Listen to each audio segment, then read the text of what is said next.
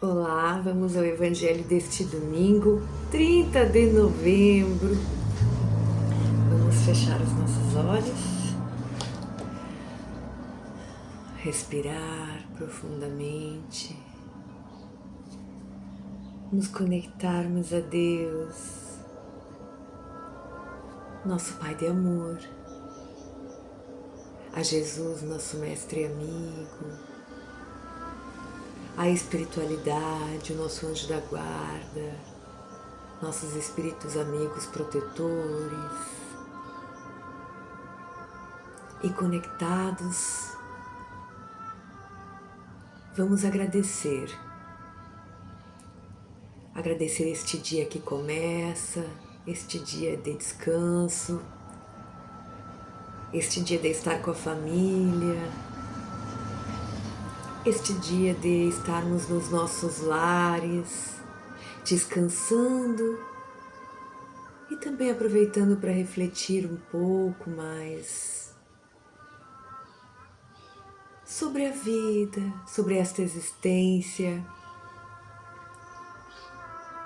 sobre o motivo de estarmos aqui, sobre o sentido, sobre a nossa alegria, a nossa felicidade. Estas perguntas, Pai, que só podem nos levar a Ti, pois só Tu, que é amor e misericórdia, pode nos dar o sentido verdadeiro desta existência, da nossa vida imortal. Só Tu pode nos dar as boas respostas para o bom caminho. E por isso agradecemos. Agradecemos este presente que é esta reencarnação, tudo que temos nela, nossos lares, nossas famílias, nossos amigos, nossos trabalhos, nossos amigos. Agradecemos até pelos desafios, porque eles nos fazem andar. Gratidão, permaneçam conosco durante esta breve reflexão, durante todo este domingo e para todo sempre, que assim seja. Então vamos lá? Domingo sempre faz a gente refletir um pouco mais, não é mesmo? Vamos aproveitá-los. Vamos ao nosso Evangelho segundo o Espiritismo. Vamos abrir em algum momento da nossa passagem. Capítulo 8. Bem-aventurados os puros de coração. E veio aos nossos olhos o item 11, que diz assim: escândalos. Se a mão de vocês é motivo de escândalo, cortem-na. Jesus disse: aquele que escandalizar a um desses pequeninos que creem em mim, melhor seria para ele que lhe pendurassem no pescoço uma pedra de moinho e o lançassem no fundo do mar. Ai do mundo por causa dos escândalos, porque é necessário que eles aconteçam, mas ai daquele por cuja mão o escândalo venha. Se a mão ou o pé é motivo de escândalo, cortem-na e atirem-na para bem longe de vocês. Porque é melhor retornar para a vida espiritual não tendo uma mão ou um pé, do que ter os dois e serem lançados ao fogo do inferno. Se o olho é motivo de escândalo, arranquem-no e atirem-no para longe de vocês. Melhor será retornar à vida espiritual com um olho só, do que ter os dois e serem lançados ao fogo do inferno. Cuidem para não desprezar nenhum desses pequeninos, pois eu digo a vocês que lá no céu, seus espíritos protetores veem, sem cessar, a face de meu Pai que também está nos céus, porque eu vim para salvar o que estava perdido. Isto está em Mateus, capítulo 18, versículos 6 a 11, capítulo 5, versículos 29 e 30. Escândalos. Esta passagem também bem conhecida por todos nós, por todos, né? A gente tem que começar entendendo que Jesus não fala literalmente, né? E nem sugere que cortemos as nossas mãos, os nossos pés, arranquemos os nossos olhos, porque vejamos bem, seríamos uma multidão de mutilados, cegos, coxos, como diz, todos nós teríamos que arrancar alguma parte, é bem verdade. E Jesus já sabia disso.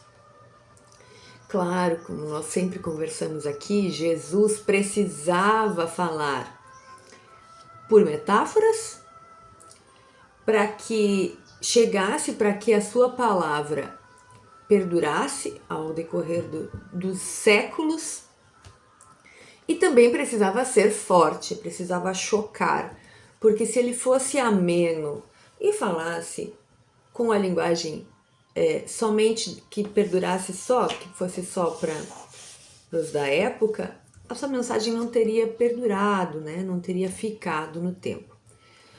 Mas por que Jesus quis ser tão forte ao falar, né? Ele quis dizer que se os nossos atos, os nossos pensamentos forem motivo para o mal de alguém, que a gente não faça, que a gente arranje uma outra forma, pense numa outra forma de fazer. Que nem ele diz, como diz a passagem, o escândalo é necessário, mas ai de por quem ele vier. Está muito também relacionado ao que nós conversamos ontem. Nós devemos analisar atos e não pessoas. Também tem uma relação aqui, não é mesmo?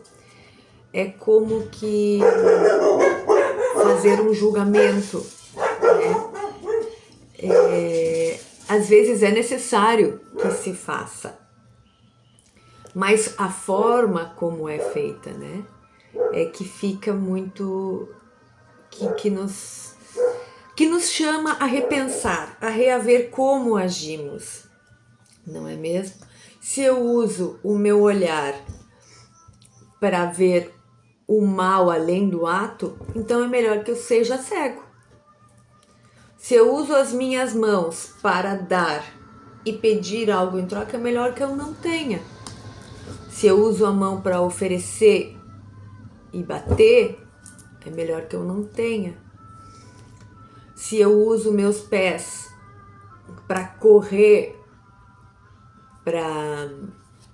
para fazer o mal, ou se eu uso meus pés para correr, para chegar primeiro, para ver primeiro a fofoca, é melhor que eu não andasse.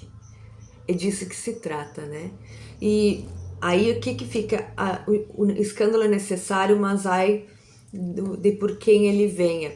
Jesus está dizendo que não sejamos ingênuos, as coisas vão acontecer, porque nós somos falhos, nós somos espíritos em evolução, nós vamos errar. Isso vai acontecer, o erro, o escândalo vai acontecer, mas a gente tem um papel muito sério em fazer do erro nosso e dos irmãos forma de aprendizado e não de maledicência e não do mal, né? E os pequeninos que ele fala somos nós, crianças espirituais, né? Que estamos errando. Não vamos julgar os nossos irmãos, porque estamos todos no caminho, né? Não julguem estes pequeninos que estão no erro. Nós somos pequeninos em momentos, algumas vezes acertamos, algumas vezes erramos, e porque quando acertamos nos achamos tanto no direito de julgar os que só estão no momento do erro, não é mesmo? Estes pequeninos que o Evangelho nos traz aqui. Que nós pensemos, não é mesmo? Vamos para uma pergunta do Livro dos Espíritos. Vamos lá.